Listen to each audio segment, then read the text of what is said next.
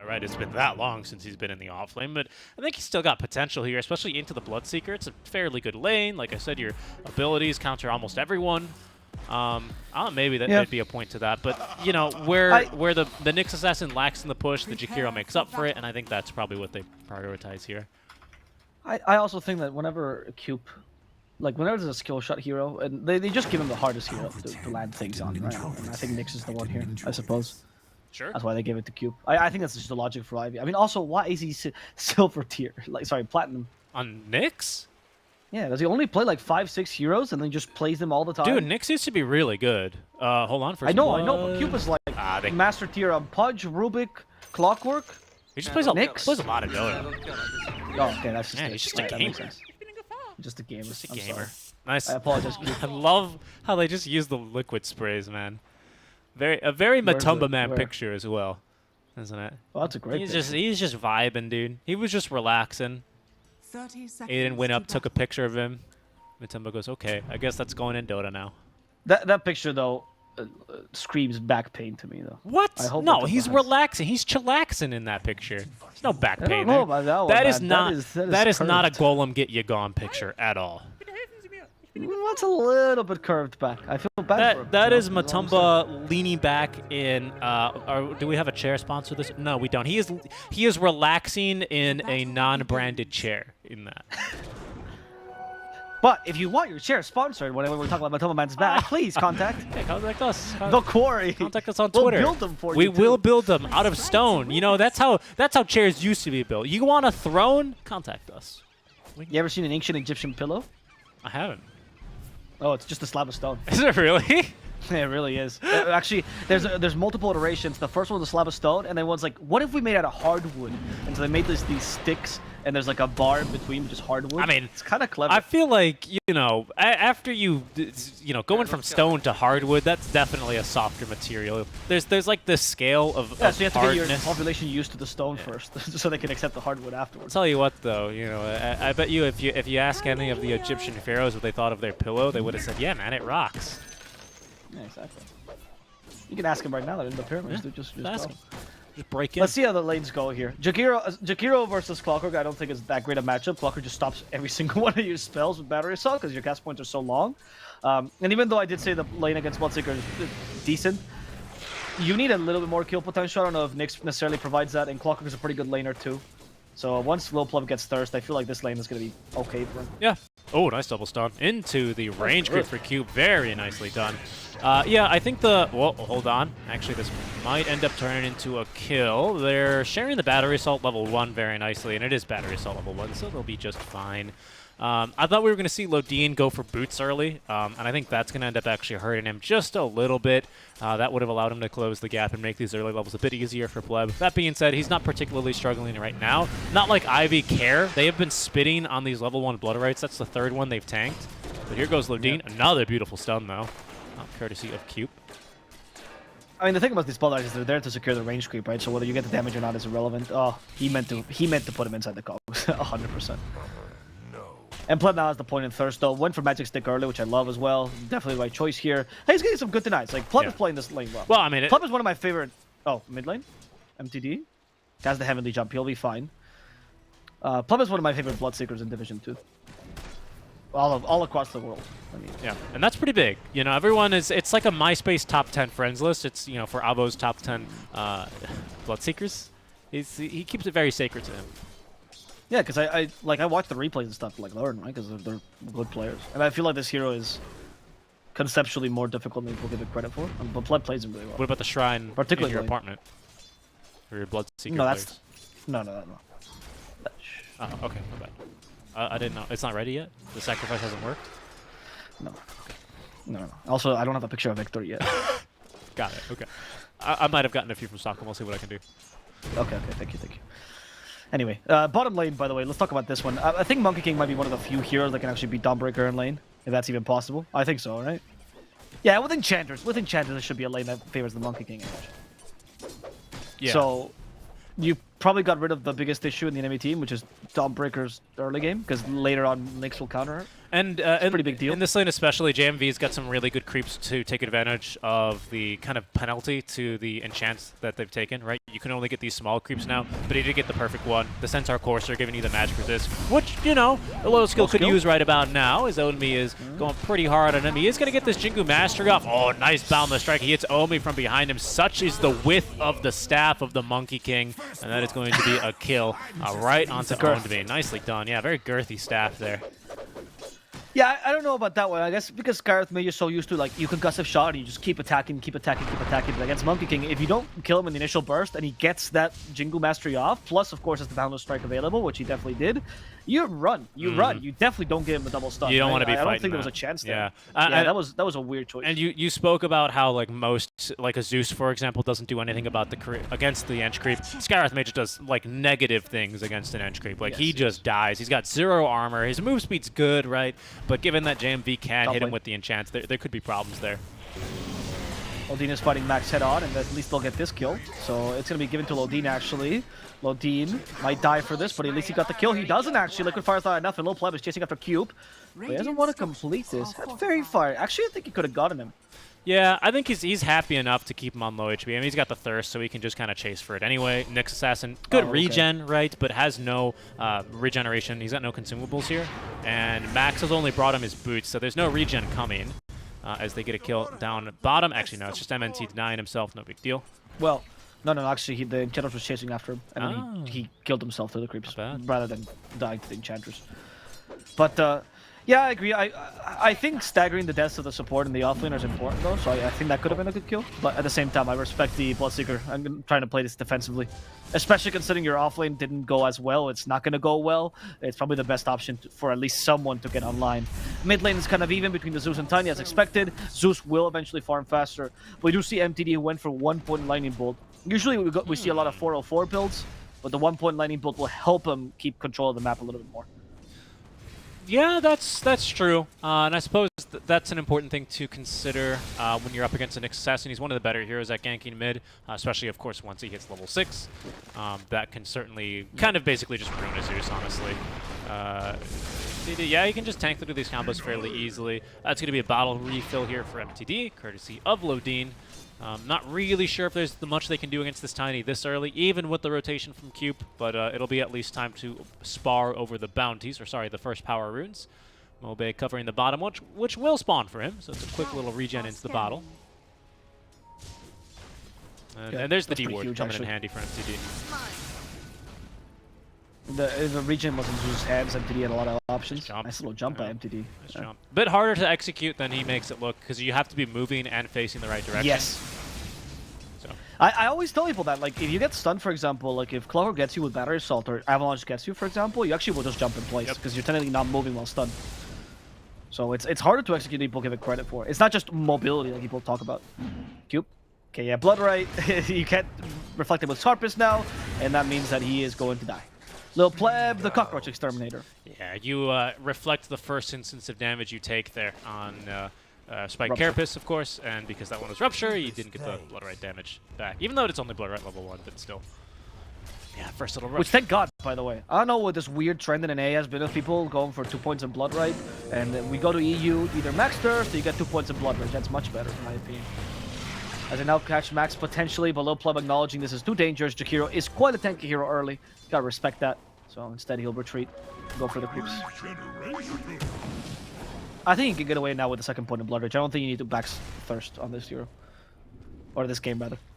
Because Jakiro has a lot of DOT, but not enough burst, so I think Lil Pleb can get away with it. So what's the thought process behind that? Why would you just not max Thirst? Is this 4th skill point not that good?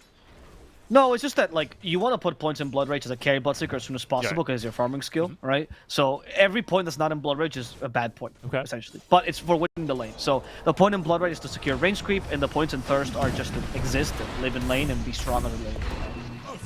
Skill. Of course, you can max Thirst if you want to gank a lot early, which is possible this game. Zeus has a lot of options with this. Yeah. Should be fine there down bottom. He avoids the hammer, as for some reason the hammer of the Starbreaker, for as big as it is, does not reach nearly as far behind her as the staff of the Monkey King does. That's true, actually. It's not as girthy. Not at all. Monkey King, Carries a big stick, and he knows how to use it, for sure. Up to level 6, the sampler build, the 222. So got a little charcuterie board of skills. As he shows it immediately. Yeah, a stun. He did have to interrupt that one. He might still be in trouble. Now he's got a TP coming. He's okay.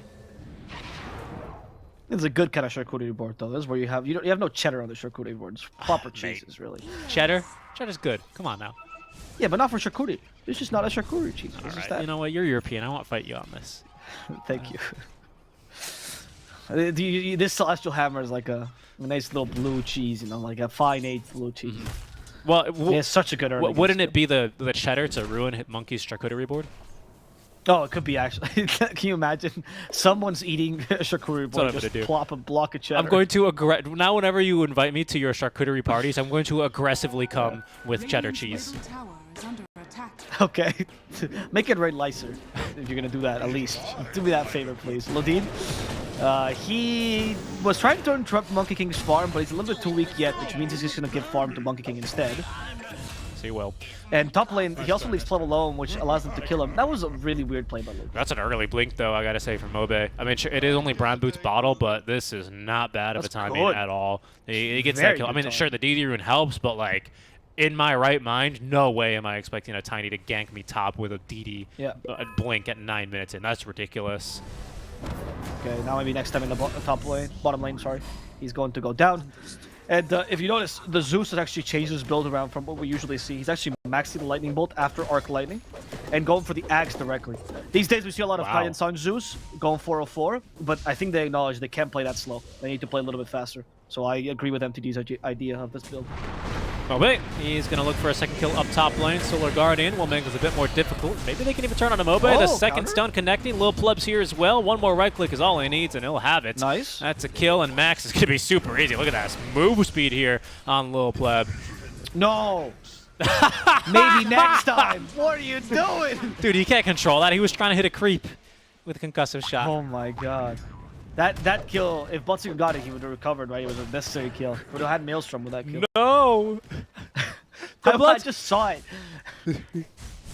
The ceremony! Anyway. He needs it! He needs the kill!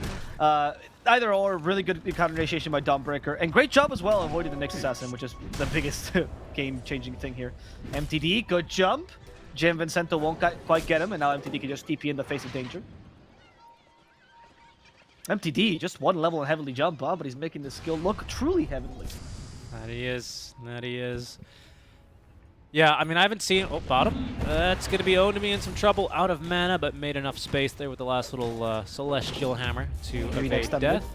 That's the first usage, though, of the Vendetta. And Nyx Assassin's going to be able to even live through that little Solar Flare.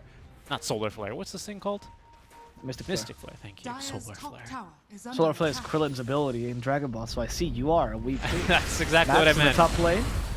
He has been caught here because of the rupture. He can't really move around. Can you Cogs push him? Cogs push him? No? Okay.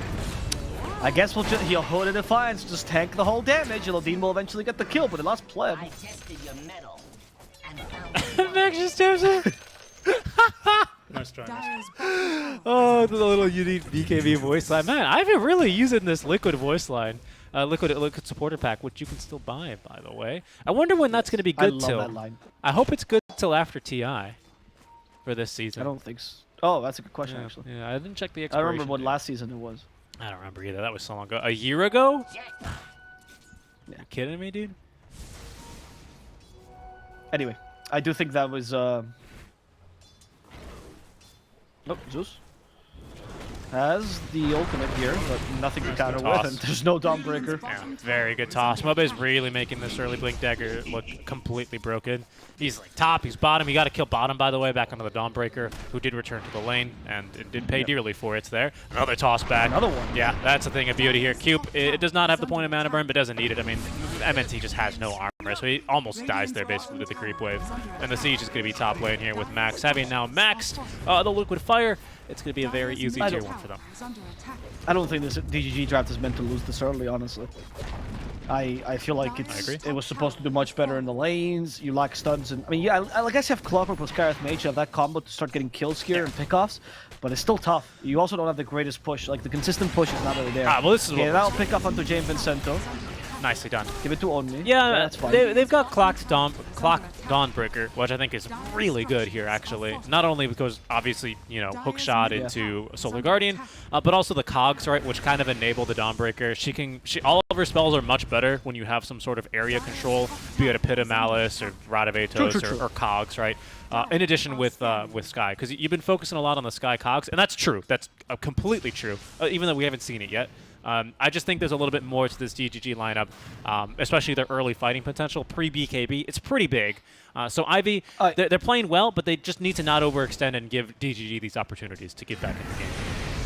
I agree. The only reason I don't mention Dawnbreaker early is because I think until it gets BKB, that's not really a combo, because Nyx can always just appear, or V Vendetta nearby, right? That's true, yeah. I assume that's the biggest issue. They got to be aware of that, right? Clockwork's got to be aware of who he's jumping, and with hookshot, usually you are able to get into a position in the fight where the Nyx assassin isn't in a very relevant position to immediately counter-initiate, but that's a very good point on the Spike Carapace. Just baiting out so that Skyrim Mage would waste his time. There was no need for him to make that play.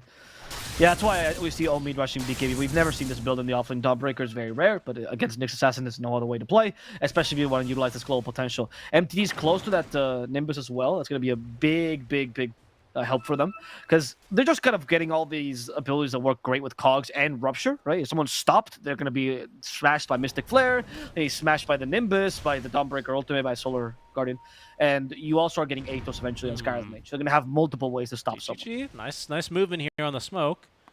It's good. They might be rewarded with a core kill here if they keep it up. There's Rocket Flare. Oh, they got Max. Nice. Yeah. They have Mystic Flare now. So that's going to be enough to kill Max, even with a Hooded Defiance, which is here just to make sure. Lodi will get the kill. Once again, we'd rather see MTD get it, but this time just trying to rush the kill as soon as possible. It's okay. Lodine, you know, he dug him up a bounty rune. So he says, don't cry. Fill your bottle. You're okay, baby. Yeah, I didn't see many pings here for MTD, so really, honestly... that's okay. That's okay. Again, you know, if your baby mid starts crying, just refill his bottle. That's all he needs. That's parenting 101. That is actually true. You ever heard of the classic High Divine Immortal technique of ITP mid just to make sure my mid doesn't tilt? I TP mid. Oh no, I was like, I wasn't checking the minimap, you know, or like, the Nyx got early Vendetta and he ganked my mid. My TP is gonna do nothing. My mid laner already died by the time I started. I have to complete this TP. Emotional support. It's the emotional support TP, you know. Lots of it's a bad play in game, but it's a great play in the head. Lots of mid laners, you know, when they fly, they sometimes have trouble with airlines because they try, you know, they bring their emotional support TPs on the plane, and sometimes they get denied by some crappy airlines. But you know, on tiny airlines, it's all good. It's all good. And Mobe at tiny airline, I mean, he's doing fantastic this game, isn't he? He's still doing. Ooh, well, that was an interesting toss. Just threw the tree there out of spite. But he's going to have this Echo Saber up shortly, disassemble into BKB, of course. So BKB is going to follow after this. But his damage output early has been great. He's made tons of space for this Monkey King. Low skill, it felt so good, in fact. He's gone for the Battle Fury build, which I have seen as the preferred build. If you can get away with it, is the big caveat. Yeah. And with the opening this game for Ivy, they certainly can, I'd say. He's in a good spot.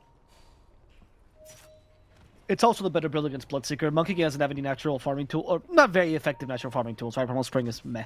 And as a result, the Bloodseeker usually outfarms you, and if he outfarms you, he gets mixed damage, and Monkey King struggles even inside his ultimate. Now with this Battle Fury, you keep him with Bloodseeker, and technically the matchup should be favorable to Monkey King, as long as you're equal in farm, simply because Bloodseeker can now fight inside the Wukong's command. Right? Yeah. It's just kind of impossible. That's very true. And yeah, I don't really think there's much a Bloodseeker can do about it. Like, eventually he gets, like, Basher, and this Maelstrom is, like, magic damage that'll go through it. Nah, you just avoid it. But, speaking of, Monkey King, ulti. Ooh, little hop up to the tree, Lodine. Cube needs to go in for the stun, because low skill, he wanted the monkeys to get the kill there, his soldiers to do his work for him. He was a king up in the trees, didn't want to do any of the work himself, but eventually Mobe here is going to go ahead and blink in for the kill. Nice little juke there, just the simplest of leaps up to the tree. That's all you need sometimes. MTD though, they want to surprise the Enchantress, and they do get her with the ridiculous amount of damage they can put out. She got what she came for though, right? Towers down, like, she's not upset with that death. No. MTD also used all of his mana for this. It's more time for JMV to consume another loaf of bread, if anything. No, that's good. That's true. He's He's now swapped from the wheat bread, which starts, weekly in the beginning. Now he's on full onto the German brown bread, the black bread. Yeah, with some lard on top of it or some fat. Very tasty. Oof. Very tasty, actually. Genuinely, though. Yeah. Really good stuff. Or fermented fish, always a favorite. You of win the this Nordics, fermented fish, you know? I mean, it's just great with these strong breads. Okay, sure thing, buddy. In Stockholm, all I ate was pickled herring. It's true. He brought it into the hotel room, and I went, But it was in the fridge. Yeah, I didn't let you open it, did I? No, that's true, because I wasn't eat it. What are you gonna eat pickled herring alone by a savage? You eat it on bread or toast. Is toast not bread to you? Why do you No. make it? Okay. That's the answer. Yeah, there you go. Cube? BKB on Bloodseeker's completed. We just now hit a powerful spike here, but in the top lane, Onmi will die, which this spike's gonna get delayed unless Onmi can heal back up. In fact, he goes, screw you, Cube, you stupid counter hero. Oh, Mobe. In fact, Pleb is back. Mobe could be in trouble. They need something to cancel his TP with. Where's the hook shot? It's not available because Clockwork is so far away. Sorry. Yep. I saw the rocket flare and I thought he must be close. Clockwork's mid. Yeah, Clockwork is mid. There was no Nimbus either. Not a bad trade, honestly, from IB. That whole kicked off because Nyx was Vendetta'd, and he made that little cute play where if you spike Carapace, obviously, I mean, I don't know if people don't know this, actually. You can use spike Carapace without breaking Vendetta. I only mention it because we haven't seen Nyx in a while, and, people kind of forget what heroes do. So you can set that up there on the Celestial Hammer damage to immediately stun the Dawnbreaker. They tried to go for the kill. They didn't have enough damage. This is big on MTD. Hook shot, though, does stun up the Tiny. The stun still finds 2, though. And from inside the cogs, Mobe using the Echo Saber is going to slap down the Zeus. Double kill for him as he's going to turn back onto the Clockwork and finish him off. Ava, what happened there, man? You sounded so upset. I've never seen the extra attack range for the Tiny be that. Like, come on. He got him in the call. It was actually a really good play by Lodine, and then MTD still died because of his attack range. That was wild. And now because Zeus is not alive, you get a somewhat free Roche, right? Because the 2 scouters of the Roche are gone. Yeah. It takes forever, but you'll eventually get it. Yeah, they'll get it. I mean, Roche ain't doing any damage either. They just need Mobe back in the pit here with a tree to do a little bit more damage.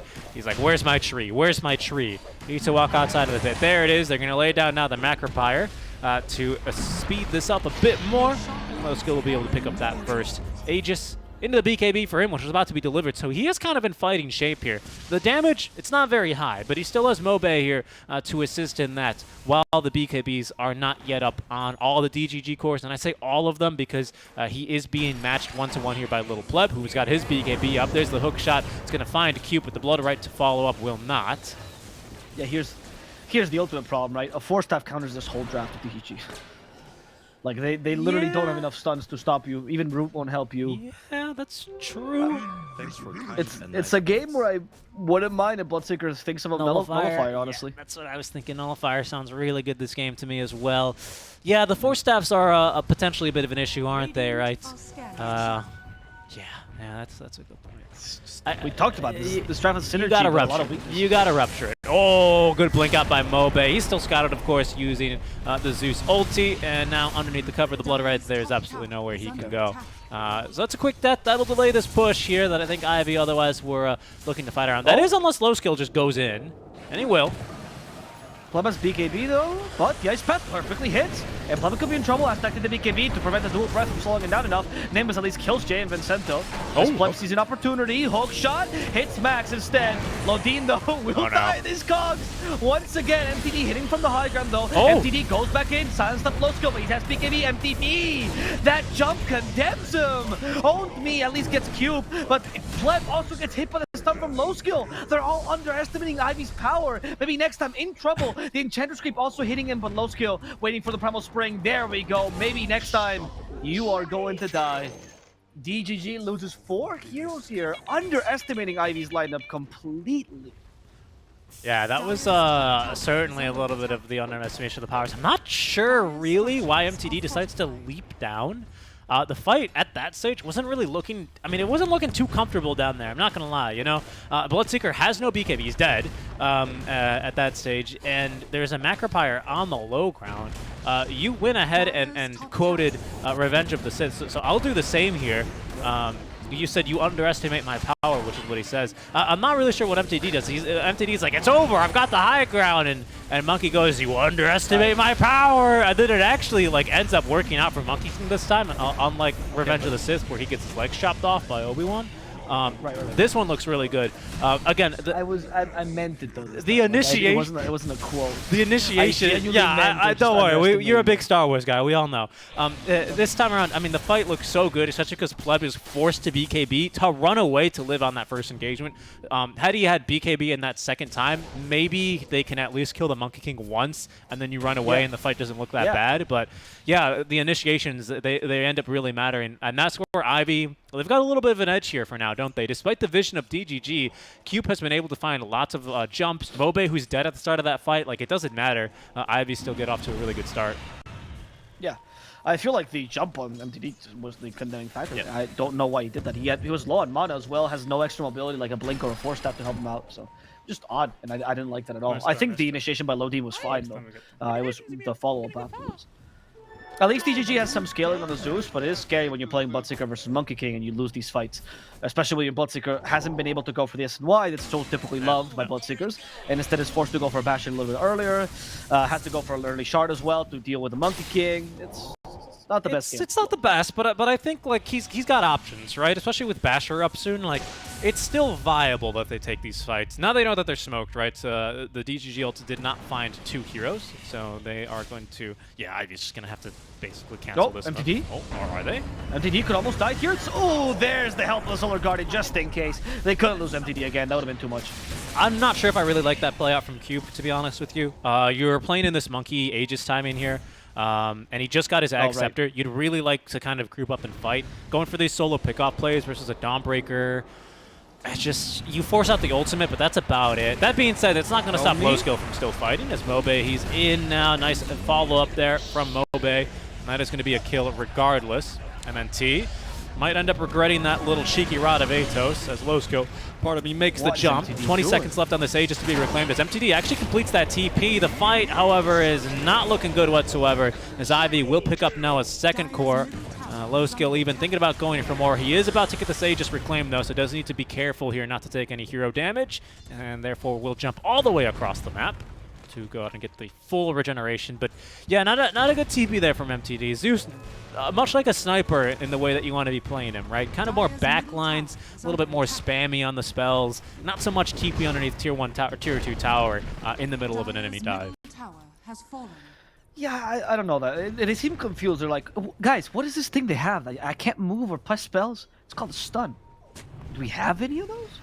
Like, it just seems like they're confused by all this incredible control Ivy has. They're completely underestimating us. Look at what my main next time is playing, you know? Like, he got away with it. No, he's not going to get away with it. They could force them forward. Nyx is keeping it. Cube might just die. Oh, okay. Jay and Vincento force them back into the Nimbus. Oh, no. Vincento didn't mean to do that, trying to save him. However, they actually ended up baiting Pleb, who's now fighting back in Tiny, but Blood Rage does not work on BKB targets, so he won't be lifestealing off that at all. I think he realized that in that play there. Yeah, no, he will not. Now they're going to try and turn Mystic Flare, though. Just tanked by Lowskill. Mobo even walks through it. He wants to get this Blink off for the toss back. They're going to keep it on cooldown thanks to the Fake Grenade. Maybe even look to turn here as Own Me. Oh, nice usage there of the Shard on the Starbreaker. Zeus ulti to follow up, and that's enough for the kill onto Mobe, who did slightly overextend there. No vision on the cliff, made that a slightly risky maneuver, but still a big kill and a big catch for Ivy as they take down the Bloodseeker. And his big problem there, Avo, he tried to chase through the pig pole. You don't do that. You do not chase the pig pole targets. Rule number 1 in Dota. Rule number 0, basically. It's like, well, you don't chase old techies up high ground into no vision. You don't chase a pig pole to target. Brutal stuff. Yeah, I'm not sure about what's happened to DGG. I think they need a mental reset right now. I feel like a lot of the fights here are being taken really haphazardly. Oof, that was almost Monkey King. And they just need, I don't know, someone needs to be the voice of reason right now and be like, hey guys, let's stop. Let's stop like initiating like this. They still can win late game. It's looking pretty bad for them though. IB seems to be dominating the game, but it's not over yet. But this mental reset needs to happen because they have lost the plot completely. I haven't even forgotten Jakiro was even here in this game, to be honest with you. I feel like Max is just a support at this point, but the ice pads have been hitting, so he's happy. I mean, he's a support with BKB, which ain't half bad, right? He's almost got this full Acceptor as well, which is a fantastic item. I forget who we interviewed last season who spoke very highly of the Jakiro offlane. It was some guy who was really itching to play Jakiro offlane. Do you remember this interview? Where Ace. Yeah, that's right. Where you got the kill onto the Huskar, and he's like, "Dude, that was sick. Did you see him? He didn't know I had the item." Oh man. Yeah, he was very excited. But yeah, the reason I bring it up, right, is because one, Ace is a great offlaner. Definitely watch him. And two, this Ags does genuinely surprise lots of players, especially the first couple times it's casted. Pierces BKB, pure damage, very good. Lodine has been caught here. He'll be killed. Obey just runs in. He's got BKB. Could be in trouble too. Yes, BKB, you're right. And now fights Mobe head on, but once again, he's not healing. There's the healing from the Dawnbreaker. Low skill activates the Wukong's command, setting up an owned me's idea of that Solar Guardian. And in the end, once again, they just get counter-initiated upon it because the Wukong's command, they just can't fight into it. Is the issue, of course, of DGG. They want to go for all these zone out, all this great area skills, but it gets countered by a single Wukong's command. And Ivy makes it really difficult for DGG to get back into the game. Yeah, I mean, more than that, they're going to be quickly countered now by the Jakiro Acceptor, which is also some pretty serious zone out. I've been talking about some key rules of Dota. It feels like with how many intricacies this game has, there could be up to infinite. But I'll chalk up another one here that I think a lot of people can agree to. And that's you don't want to fight in Macropyre in general, but especially when it's upgraded by Ags. Do not fight in Macropyre, and that's going to be a bit difficult with the way that DGG want to kind of play this game. That's a fast rush respawn with shards, scouted now by both teams. DGG feel like they're in position here. The drums of war here. As they're on the warpath, ready to go on in. Oh, the hook shot is blocked by M&T. Still gets the jump, though, with the Force Staff out. They need another Force Staff, and they have it, but they have vision thanks to Thirst onto Mobe. But in trouble here, and killed off his little pleb. He didn't BKB. He didn't have BKB. 10 HP, this Tiny's going to live on. Now Lodine, who was chasing and trying to support the kill, is going to end up dropping. Owned Me at least finds Low Skill, who doesn't have BKB as well, allowing MTD to do damage with the spells. But Low Skill, again, his staff, his reach just a little bit better. The Rod of Atos here, MTD chasing, wants to kill, but he's out of damage here. Does not have any more mana, and JMV is going to finish him off. That's going to be the team wipe here, as Ivy will repel this a bit of aggression just before the Roche fight. Oh my god. No, there is no reset. There is no reset. It's too late. The Monkey King is getting out of control now. Somehow Max has recovered. He's actually going to buy an Ags now, which is incredible considering his early game was Smith. And the constant baiting as well by Mobe. I mean, Ivy's playing well, but DGG is like putty in their hands. They're literally doing whatever Ivy's telling them. Ivy says jump and DGG asks how high. That's it. Oh, game is looking hard. That's going to be second Roche guaranteed with the shard as well. Any significant shards? Maybe Mobe? Yeah, Mobe doesn't have his. Monkeys. Honestly, Jakiro's. I got no one to give it to Jakiro. They're going to give it to Mobe. Yeah, that's fine. Jakiro does have Ags now at the very least. Man, but yeah, but since you're pushing now, I feel like you're in the last stage of the game now. Ivy could definitely take this home with a little ice shard. What is it called? Yeah, Liquid Frost. Liquid Frost. Now Mobe can at least deviate into a carry though, which makes this much scarier because the only scaling core truly on DGG is the Zeus. Bloodseeker does hit a wall eventually, and he has hit it this game clearly.